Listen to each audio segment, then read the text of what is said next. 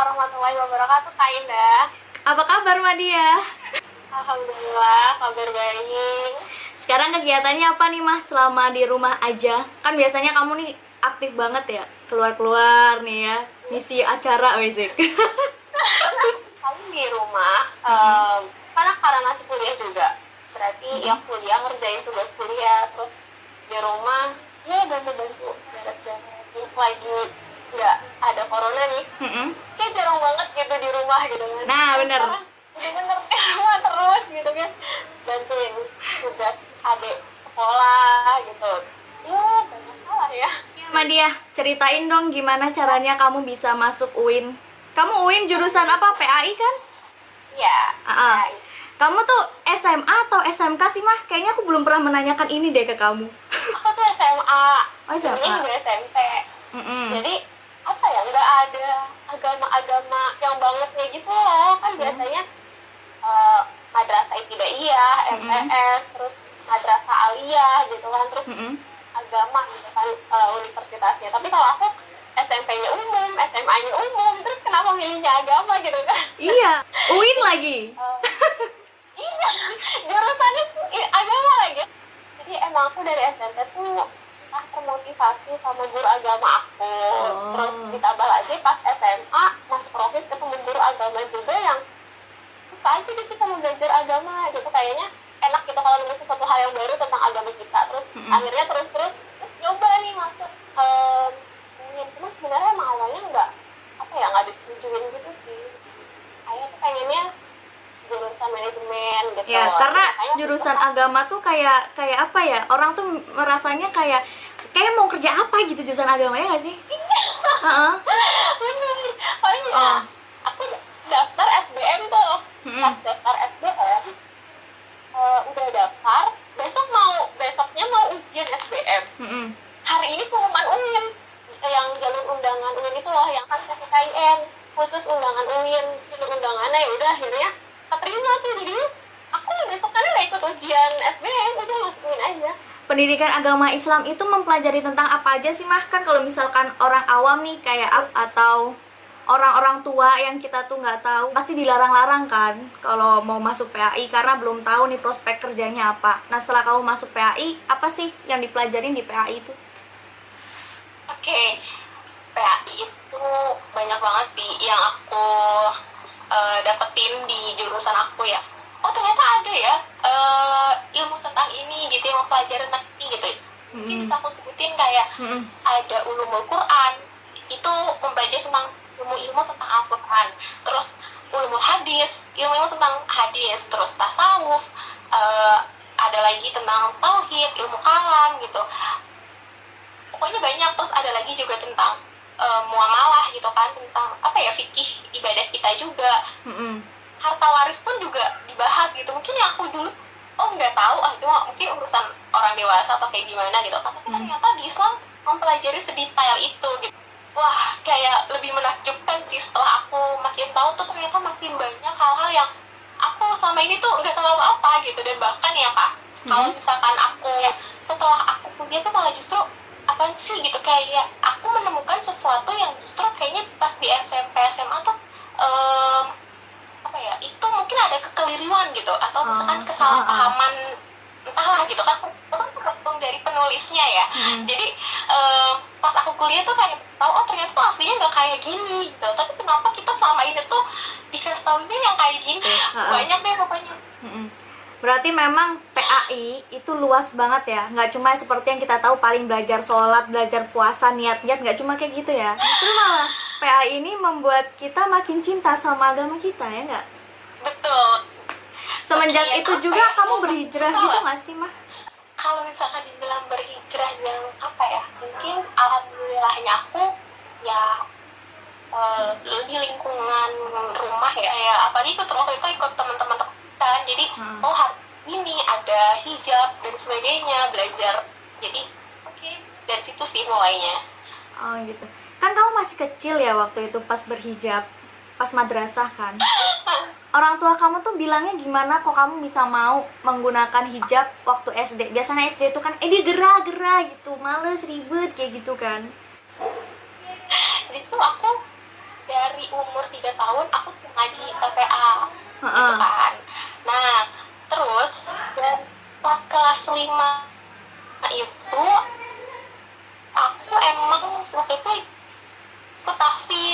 hafiz Quran gitu kan.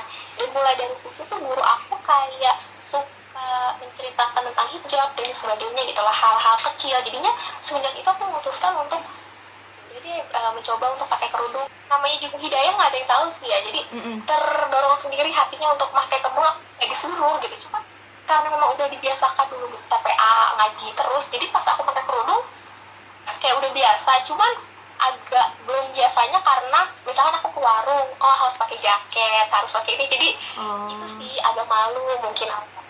Cuman lama-lama oke. Biasa, tapi ya bertahap lah. Aku jadi iri nih sama dia.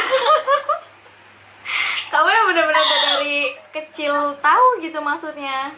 Kalau aku tuh meskipun aku ngaji, tapi aku nggak ke situ arahnya. Ngaji ya cuma benerin Al-Quran, baca cepet Al-Quran, mat-matnya itu juga lupa sekarang tadi.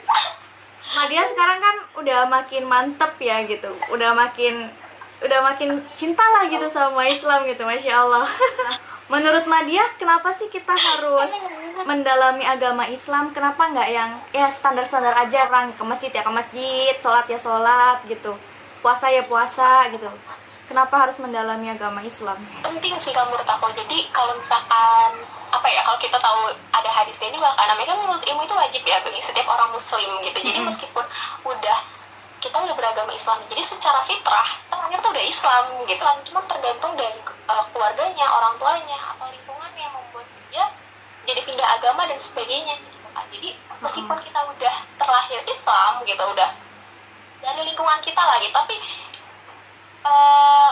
memang udah kewajiban dan kita untuk terus belajar gitu, terus menuntut ilmu itu. Jadi nggak cuma stuck sampai di situ doang gitu. Ditambah lagi kan kita harus benar-benar mempelajari ilmu agama itu kan fardu ain gitu. Jadi maksudnya kewajiban kita sendiri. Namanya kita mau sholat, berarti kita harus pelajari rukunnya gitu kan, syarat-syaratnya. Dan itu kan benar-benar nggak cuma misalkan kita tahu orang lagi sholat, udah kita ngikutin gitu kan, tapi kita harus belajar memperdalam apa sih gerakannya gitu kan, tuntunannya dan sebagainya gitu. Jadi kalau untuk orang awam, kewajibannya itu adalah yang mempelajari tentang syariat. Jadi kayak tentang ibadahnya, misalkan puasa, sholat, haji, nah itu tuh penting tuh dipelajarin. Nah kan itu kewajiban kita, keseharian kita, ibaratnya rukun Islam, jadi harus dipelajari. Tapi kalau misalkan kayak orang awam mau mempelajari hadis kan agak susah gitu, ibaratnya agak sulit lah gitu kalau misalkan memang tidak di tempatnya kayak gitu kan. Jadi baik memang diusahakan yang syariatnya dulu deh gitu, difokusin gitu, diperdalam, biar pas kita melaksanakan ibadah itu nggak cuma ritual aja. Kita melaksanakan kewajiban tapi belum tentu diterima juga kan, jadi sulit juga gitu. Jadi benar-benar harus belajar gitu. Nah, kalau untuk orang awam sendiri yang baru mulai berhijrah, dia baru mulai mau mempelajari Islam, apa dulu sih yang seharusnya dipelajari supaya dia tuh nggak oleng gitu, nggak bingung sendiri? Tentang tauhid sih Pak, tentang keimanan. Jadi ibaratnya ya kita pelajarin dulu, maksudnya kayak tentang cara kita beribadah sama Allah itu seperti apa gitu. Jadi perbaiki dulu ibadah wajibnya gitu, ibadah kita sama Allah gitu. Terus habis itu ya baru kita coba pelajari tentang hubungan kita sesama manusia gitu. Jadi kalau misalkan yang itu udah, ya mungkin kalau misalkan tergantung kita mau pelajari apa lagi nih gitu kan, tergantung kesukaan kita sih. Masing-masing orang kan beda. Ada yang suka tentang sejarah, oke, dia ke sejarah kebudayaan Islam. Atau misalkan dia suka tentang Quran, berarti dia bisa tentang pelajari ilmu-ilmu Al-Quran. Atau misalkan dia maunya menghafal gitu kan, tahfiz, beda lagi gitu kan, hadis. Jadi tergantung kesukaan apa. Kita udah pengen belajar nih, udah mantep gitu dengar ceramah-ceramah gitu. Tapi kalau misalkan nggak ada guru yang memberikan kita asupan, kamu habis ini gini-gini, itu gimana? Susah nggak sih? Ibaratnya ya mau jalan tapi nggak ada yang nonton, jadi bisa tersesat dan sebagainya gitu kan. Jadi ya emang harus dicari sih Pak. Makanya itu gunanya kita mencari teman sebanyak-banyaknya gitu kan.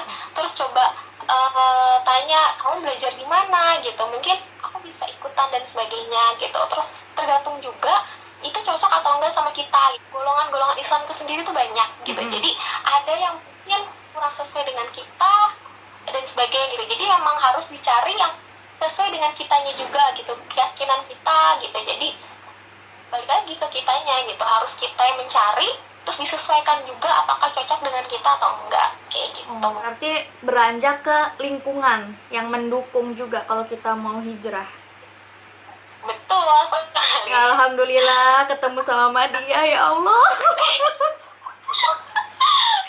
Jadi berasa ini kan mempunyai lingkungan yang sudah mendukung gitu. Ketika sudah mulai mempelajari Islam dikit-dikit, udah dapat gurunya nih, kalau nggak dapat lingkungan teman yang bisa diajak diskusi gitu ya.